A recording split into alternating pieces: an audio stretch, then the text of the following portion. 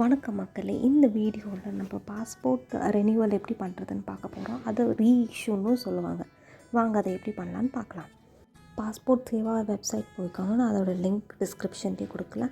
இதில் போயிட்டு லெஃப்ட் சைடில் பார்த்தீங்கன்னா நியூ ரெஜிஸ்ட்ரேஷன் இருக்குல்லையா, அதை கிளிக் பண்ணிக்கோங்க. எந்த வெப்சைட்டில் ஆல்ரெடி அக்கௌண்ட் வச்சுருக்காங்க எக்ஸிஸ்டிங் யூசர்களில் போயிட்டு லாகின் பண்ணிக்கோங்க. இப்போது இதில் இவங்க கேட்குற டீட்டெயில்ஸ்லாம் ஃபில் பண்ணிவிட்டு ரெஜிஸ்டர்னு கொடுத்தீங்கன்னா உங்களுக்கு ரெஜிஸ்ட்ரேஷன் கன்ஃபார்ம் ஆகிடும். அதோடைய மெயில் உங்கள் மெயில் பாக்ஸ்லேயும் இருக்கும். நீங்கள் மெயில் போய்ட்டு அதில் உள்ள லிங்கை கிளிக் பண்ணிங்கன்னா உங்கள் அக்கௌண்ட் ஆக்டிவேட் ஆகிடும். அதுக்கப்புறம் நீங்கள் போய்ட்டு லாகின் பண்ணலாம். ஒன்ஸ் நீங்கள் லாகின் பண்ணதும் ஹோம் பேஜில் apply for fresh passport or reissue of பாஸ்போர்ட்னு இருக்கும். அதை கிளிக் பண்ணிக்கோங்க. நெக்ஸ்ட் இதில் click here to fill the ஃபார்ம்னு இருக்குல்லையே, அதை கிளிக் பண்ணிக்கோங்க. நெக்ஸ்ட் இதில் உங்கள் ஸ்டேட் அண்ட் டிஸ்ட்ரிக்ட்டை செலக்ட் பண்ணிக்கோங்க. நீங்கள் இதில் செலக்ட் பண்ணதும் ஆட்டோமேட்டிக்காக அது நெக்ஸ்ட் பேஜுக்கு உங்களை கொண்டு போகும். இதுதான் அது பாஸ்போர்ட் டைப் என்ற பேஜுக்கு போகும். இதுக்கு லெஃப்ட் சைடில் பார்த்திங்கன்னா நிறைய செக்ஷன் இருக்குது இல்லையா. ஸோ அதெல்லாம் நம்ம கம்ப்ளீட் பண்ணால் தான் நம்மளால் ஃபுல்லாக பாஸ்போர்ட் அப்ளிகேஷனை சப்மிட் பண்ண முடியும். இப்போ நம்ம இதில் ரெனியூவல் பண்ண போகிறோம் இல்லையா. So reissue of passport select பண்ணிக்கோங்க.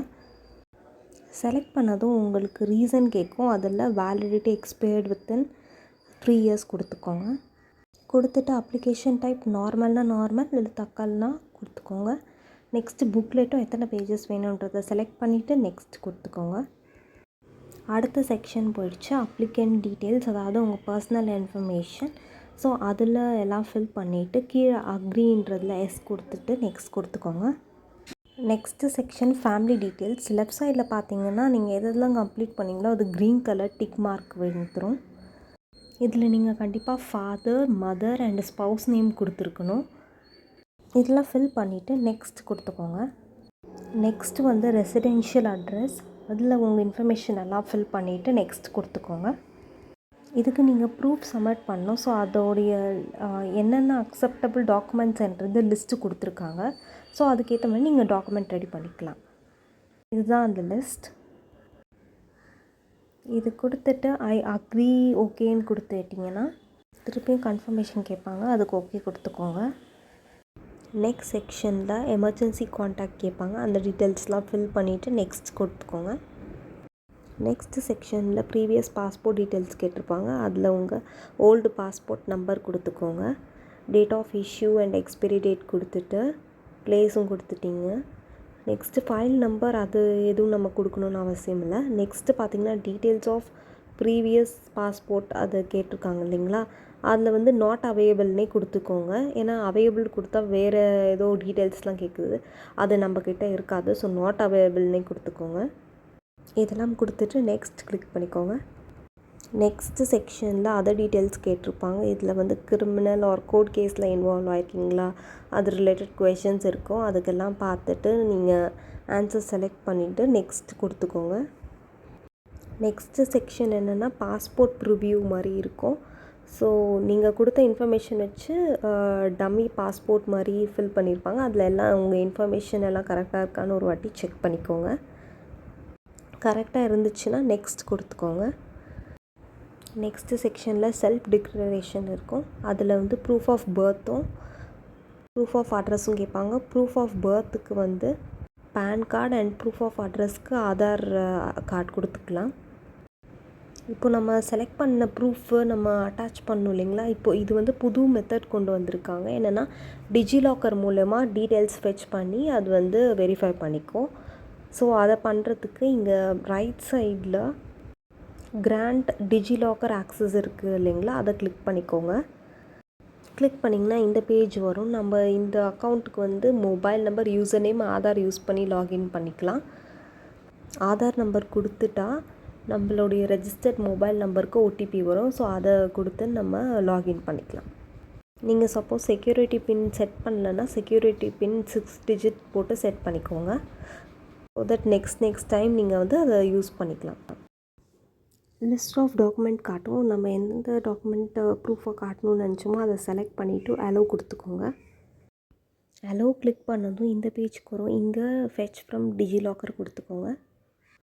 இது கொடுத்ததும் மேலே அது document from DigiLocker has been uploaded சக்ஸஸ்ஃபுல்லின்னு மெசேஜ் வரும் க்ரீனில்.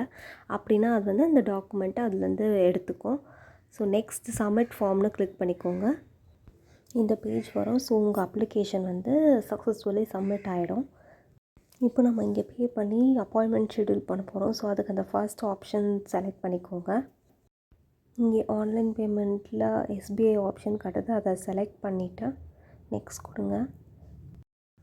அப்பாயின்மெண்ட் டீட்டெயில்ஸ் காட்டும், அதை செக் பண்ணிவிட்டு நெக்ஸ்ட் கிளிக் பண்ணிக்கோங்க. நெக்ஸ்ட் பேஜில் உங்கள் லொக்கேஷனுக்கு நியராக இருக்க பாஸ்போர்ட் ஆஃபீஸ் லொக்கேஷன் செலக்ட் பண்ணிக்கோங்க. ட்ராப் டவுன்லேருந்து ரைட் சைட் டேபிளில் அவைலபிள் டேட் அண்ட் லொக்கேஷன் காட்டும். லொக்கேஷன் செலக்ட் பண்ணிட்டு நெக்ஸ்ட் கொடுத்தீங்கன்னா இந்த பேஜுக்கு வரும். இதில் அப்ளிகேஷன் டீட்டெயில்ஸ் அண்ட் நம்ம நேம், பே பண்ண வேண்டிய அமௌண்ட் எல்லாம் இருக்கும். And also earliest available appointment டேட்டும் காட்டும். உங்களால் அந்த டேட்டுக்கு போக முடியலன்னா நீங்கள் வேறு டேட் செலக்ட் பண்ணிக்கலாம்.